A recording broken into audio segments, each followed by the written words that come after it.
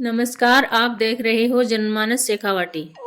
कोल्हान कोपर खदान में साइबर प्रहरी कंपनी के ठेकाकर्मी 3 दिन से अपनी विभिन्न मांगों को लेकर हड़ताल पर बैठे हुए थे। शुक्रवार को विधायक इंजीनियर धर्मपाल गुर्जर ठेकाकर्मियों की मांगों को लेकर केसीसी मैनेजमेंट के अधिकारियों से वार्ता की, जिस पर मैनेजमेंट के अधिकारियों ने मुख्य मांगों को जल्द पूरा करने का आश्वासन देने के बाद ठेकाकर्मी हड़ताल को समाप्त कर अपने काम पर लौट गए।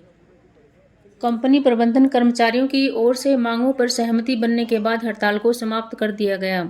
इस मौके पर राजेश देदड़, जतन सिंह, राजेश सैनी, ओम प्रकाश गुर्जर, गिरधारी लाल, राजकरण सैनी, बबलू अवाना, रामनिवास लादी, सतीश खरडिया, महेंद्र छावड़ी, अनिल बाडलवास, सतवीर चिरानी, अश्विनी गुराडिया, हरिचरण, रमेश नारायण, करण सिंह गहलोत, सुनील सिंह, सचिन सेन, सुभाष सैनी, मुंशी राम सैनी, राजेश गुर्जर, विक्रम सैनी, राजेश गुर्जर, नाथुराम सैनी, विक्रम गुर्जर, पवन शर्मा, अनिल, संदीप, भागीरथ, आशीष, ओम प्रकाश, मदन लाल, मनीष सैनी, भोजराज, महेश सैनी सहित अनेक लोग मौजूद थे। यहाँ धरने पर बैठे हैं और मैनेजमेंट को कई बार अवगत कराया गया। इनको भुगतान समय पर नहीं दिया जा रहा है। 8.33 का बोनस इनको करीब 1.5 साल से नहीं किया गया। मैनेजमेंट इनको सेफ्टी आइटम के नाम पे कुछ नहीं दिया जा रहा है इनको, और इनका साहब 15 दिन का भुगतान पहले का भी था छुट्टियों का, जो आज तक नहीं दिया गया। जब भी मजदूर कभी छुट्टी कर लेता है या कोई काम होता है तो मैनेजमेंट के द्वारा इनको धमकी दी जाती है, वो 3 दिन को घर बैठाते जाता है। इसी क्रम में जब मजदूर अगली कोई कंपनी आती है तो इन मजदूरों को टारगेट किया जाता है और इनमें से 8, 10, 20 आदमी निकाल दिए जाते हैं, जिससे मजदूर को काफ़ी आर्थिक संकट का सामना करना पड़ता है।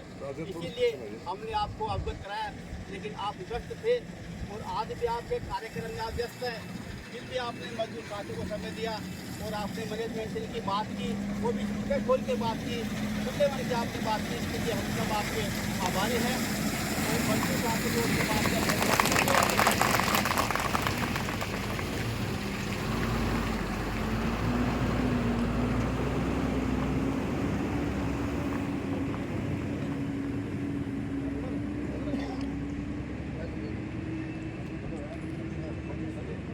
आपको साधुवाद देना चाहता हूं कि आप मुझ जैसे साधारण कार्यकर्ता को विधानसभा का प्रतिनिधि बनाकर आपने विधानसभा में भेजा है, उसके लिए आपको बहुत बहुत धन्यवाद। और आपके इस यूनियन की और आपके कर्मचारियों की मांग 2-3 दिन से मेरे पास पहुंच रही है। थोड़ी व्यवस्था के कारण आपसे विलम्ब से पहुंचे, उसके लिए भी हम माफ़ी चाहते हैं। आज से पहले भी कोपर में भी जब आप जैसे हमारे साथी कर्मचारी हड़ताल पर बैठता था तो लगभग अगर वो 10 बार बैठते थे तो 8 बार नहीं जाता था और कोई नेता भी नहीं जाते थे। मैं आपको बता दूँ इस बात के लिए, क्योंकि हम एक गरीब किसान परिवार से आते हैं और एक मजदूर की, एक कामगार की पीड़ा को हम समझ सकते हैं कि वो परिवार को कैसे चलाता है। इसलिए हम आपकी पीड़ा समझते हैं। लेकिन आपने जो एक मांग रखी है उसका मांग पत्र भी मेरे पास आया था। मैंने जल्दबाजी इसलिए नहीं की कि मैं पहले मैनेजमेंट से बात करूं, आपके ईडी से बात करूं, HR से बात करूं। उसमें आपके 3-4 कर्मचारी नेता हैं, आपके साथी हैं, मेरे पास उनका है। एक आदत नेताओं को डाल लेनी चाहिए और मैं भी आपको कहता हूँ कि नेता जब फ़ोन करते हैं तो कान के लगा के करते हैं।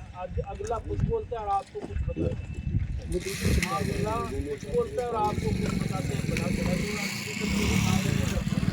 मेरी आदत में अगर जरूरत थोड़ी है ना, जरूरत हो तो बात अलग है। अगर आप लोगों को संतुष्ट करना है तो स्पीकर से फ़ोन करके मैं बात करता हूँ। आपके इन बंधुओं से पूछ लो जो मेरी बात हुई, जितनी मेरी बात हुई आप तक पहुँच भी गई होंगी। उसमें 3-4 मांगे हैं, जैसे मेरे संज्ञान में दिया कि ये तो वाजिब मांगे हैं, ये तो ज़रूरी पूरी होनी चाहिए। और कई मांगे प्रोसीडिंग की हैं, आपके बोनस की, आपके बैक के पेमेंट की। तो उसमें 3 मांगे प्रमुख रूप से हैं और उन पे मैंने आपके मैनेजमेंट से बात करके और उनमें उनकी सहमति ली है। और उनको अंत में ये कहा है, इन्होंने सुना है, इन्होंने बताया नहीं बताया, मुझसे जो आप कमिटमेंट कर रहे हो, मुझसे जो आप हाँ कर रहे हो जिस बात की, उसमें अगर कल को कोई किंतु परंतु हुई और उसके लिए मना की तो सामने आप होगे और आपके सामने इंजीनियर धर्मपाल खड़ा होगा। ये मांग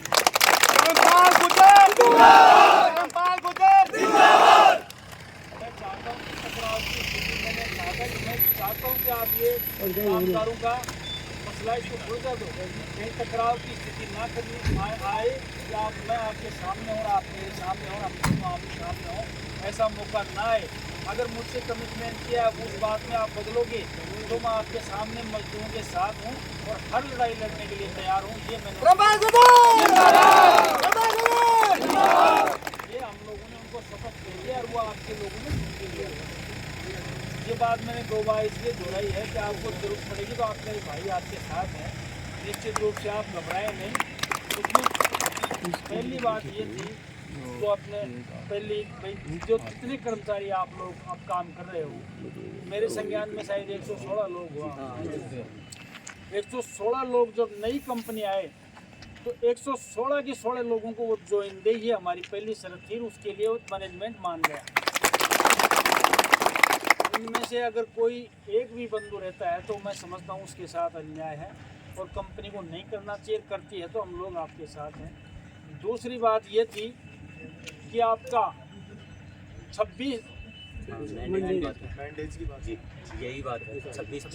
दिन का जो आपका महीना होता है जिसमें 4 छुट्टियां होती हैं, कभी आपको मतलब बहाना बना के 22 दिन की ड्यूटी दे देते हैं, 4 दिन घर बैठो, उसका पेमेंट उठा लिया जाता है लेकिन आपको नहीं मिलता, वो बीच में चला जाता है। ठीक है, 26 दिन की आपकी मजदूरी होगी, 26 दिन की आपकी हाजिरी होंगी, जिसमें गवर्नमेंट हॉलीडे का क्या रहता है सिस्टम वो आप जानते हो। 26 आपकी हाजिरों की हमने मैनेजमेंट से हाँ करवाई।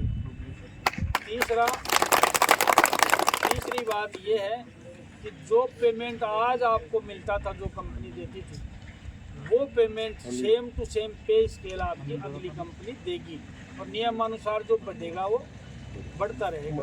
ये 3 प्रमुख मांगे हमने मैनेजमेंट से आपकी मनवाई है और उसके लिए उन्होंने हाँ किया है। उसके बाद आपका पीएफ का है, एक उन्होंने कहा कि 8.33 का जो आपका मामला है वो तनख्वाह में जुड़ के आएगी, ये आपकी मांग है। उसके लिए उन्होंने प्रोसीडिंग चालू कर दी है। अभी कमिटमेंट नहीं है कि अगली तनख्वाह में वो जुड़ के आ जाएगा, एक प्रोसीडिंग के तहत वो आपकी तनख्वाह में जुड़ के आएगा और नहीं आएगा तो फिर कहता हूँ हम आपके साथ हैं, उसके लिए हम दोबारा लड़ेंगे।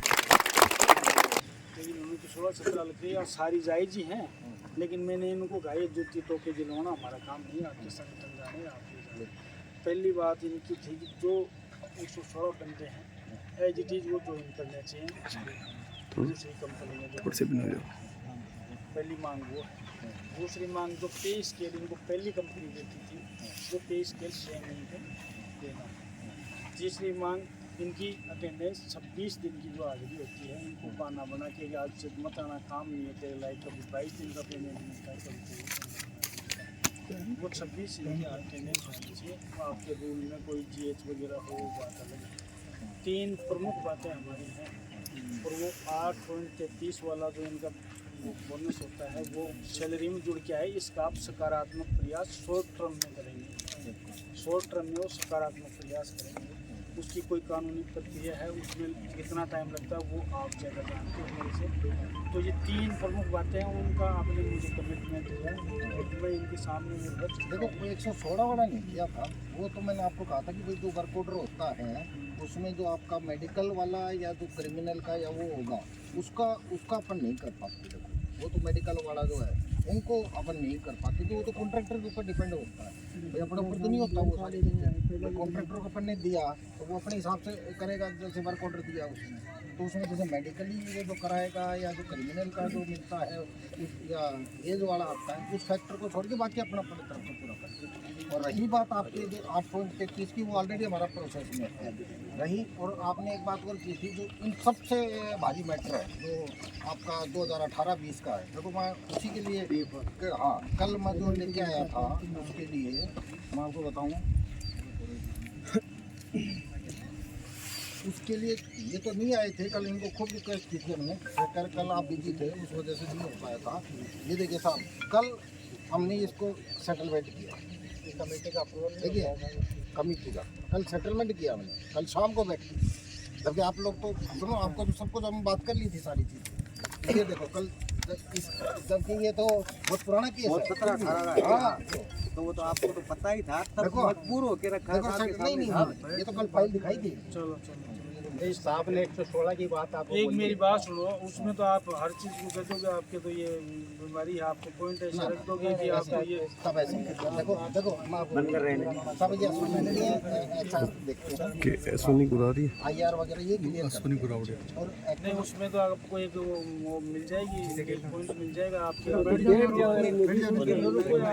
चले जाओगे उसमें तो एक पॉइंट मिल जाएगा आदमी को, किसी को तो आपराधिक रिकॉर्ड में, किसी को मेडिकल इन्फिल्ड दिखा के, तो फिर तो वही लड़ाई रह जाएगी अपनी, वही लड़ाई बच जाएगी। साहब आपको एक बात बताऊँ, चलो ये तो है। पिछले साल का टेंडर था या इंस्ट्रूमेंटेशन का जो BS शेखावत जी करते थे, पूछ लीजिए साहब उसमें 30 बंदे थे, 30 के बंदे का हमने खुद लड़ाई लड़के एक भी आदमी को नहीं हटा दिया।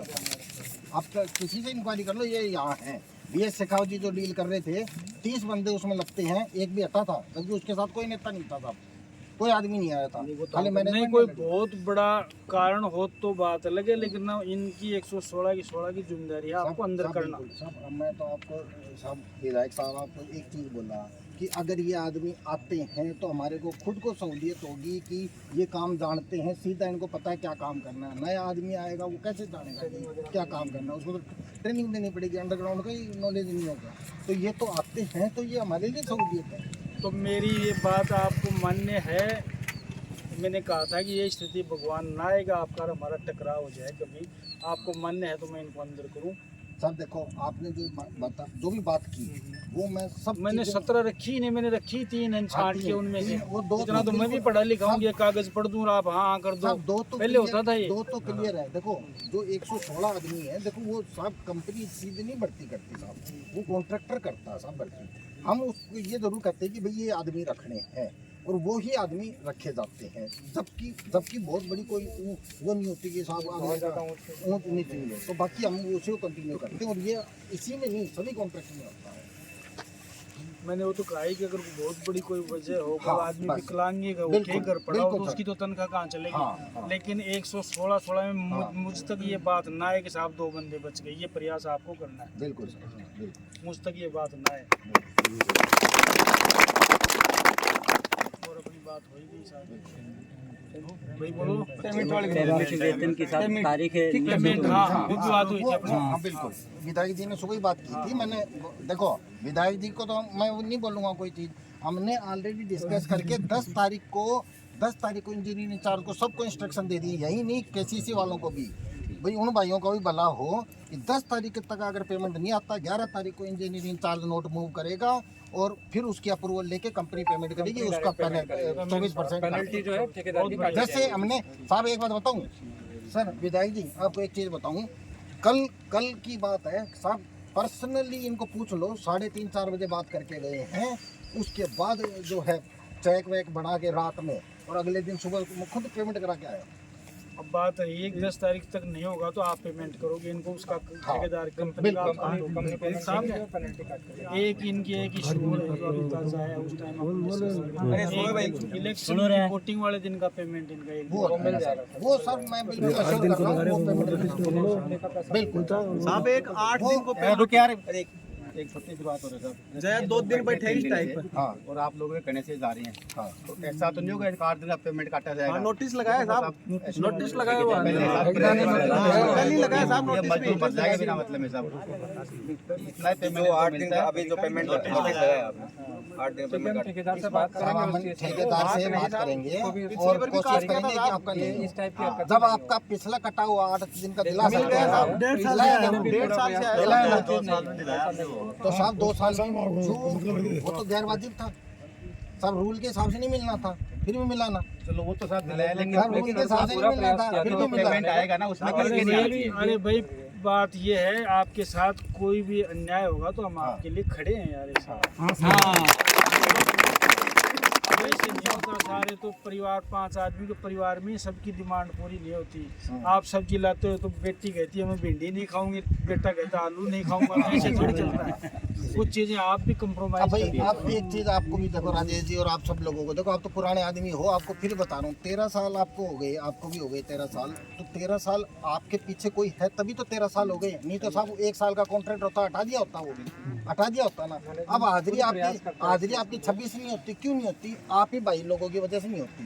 क्यों आप 116 हो साहब, 116 वर्क आपने वर्क ऑर्डर दे रखा 96 का और 116 भर्ती हो रहे हो, तो साहब आप आपस में काटते एक दूसरे के, मैनेजमेंट ने थोड़ी काटते। आखिरी बात कह के मैं बोलो जाना, आज से पहले मैनेजमेंट सुन ले, कागज पढ़ के नेता सुना देते थे हाँ हो जाएगा हो जाएगा हो जाएगा। मैंने उतनी बात कही है, ये बात आपको पूरी करनी है। मैं उन लोगों में से नहीं हूँ कि एक बात कह के चला जाऊँ फिर मुड़ के ना देखूँ। उस बात पे कमिटमेंट में अगर कोई कमी रही तो मैं इस वर्ग के साथ हूँ, इस वर्ग की।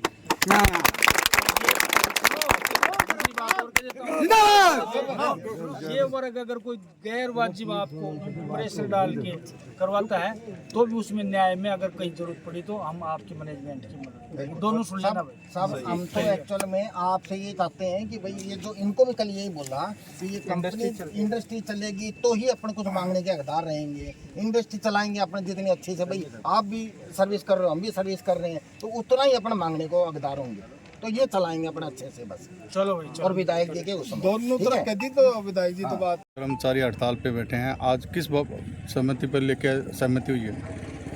देखिए हमारे इस कंपनी में प्रहरी कंपनी के नाम से एक टेंडर हुआ है, उसमें ये कामगार काम करते थे, जैसे मुझे संज्ञान में आया 116 लोग वहाँ पर काम करते थे।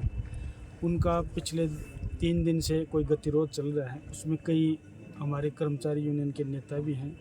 उनकी तरफ से डिमांड का मांग पत्र बनाया गया था।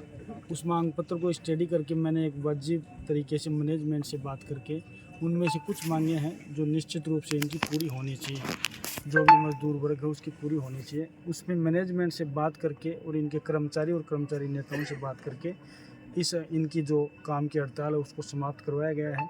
निश्चित रूप से मैंने इनको खुले तौर पे कहा है कि अगर आपके साथ अन्याय होगा तो एक जनप्रतिनिधि होने के नाते, खेतड़ी का सेवक होने के नाते मैं आपके साथ खड़ा हूं।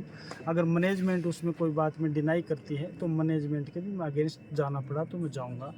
अनावश्यक अगर कामगार भी मैनेजमेंट को, इस कंपनी को जैसे कोई डिस्टर्ब करता है तो मैं उनको भी एक सलाह देता हूँ उनका भाई होने के नाते कि आप भी काम में सहयोग करें।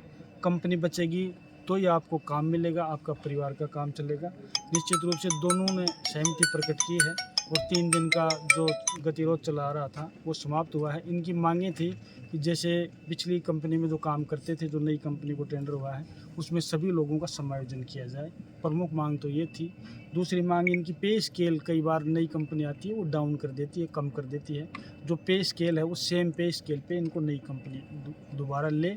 और तीसरी इनकी है कि कई बार महीने में दिनों की कटौती हो जाती थी, किसी बहाने से ठेकेदार कटौती करके इनको कभी 22 दिन का पेमेंट होता था, कभी 20 दिन का, वो पेमेंट इनको 26 दिन का मिलना चाहिए। पीछे का इनका बोनस की बात है वो भी मैनेजमेंट ने मान ली है। 1 दिवस की इलेक्शन डे की जो बात थी 25 तारीख की वो भी इन्होंने मान ली है। इनका जो बोनस होता है 8.33% वो भी कंपनी तनख्वाह में समायोजित करके इनको परमन देने का प्रयास करेगी और वो बहुत शॉर्ट टर्म में करेगी। उसके लिए प्रोसीडिंग चालू हो गई है।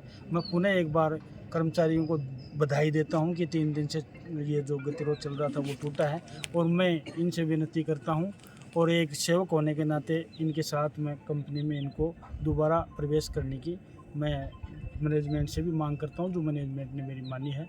मैं इनको यही निर्देश देता हूं और भाइयों से निवेदन करता हूं कि आप लोग काम करें और अपने परिवार को पालें। यही मेरा आज से निवेदन है। धन्यवाद।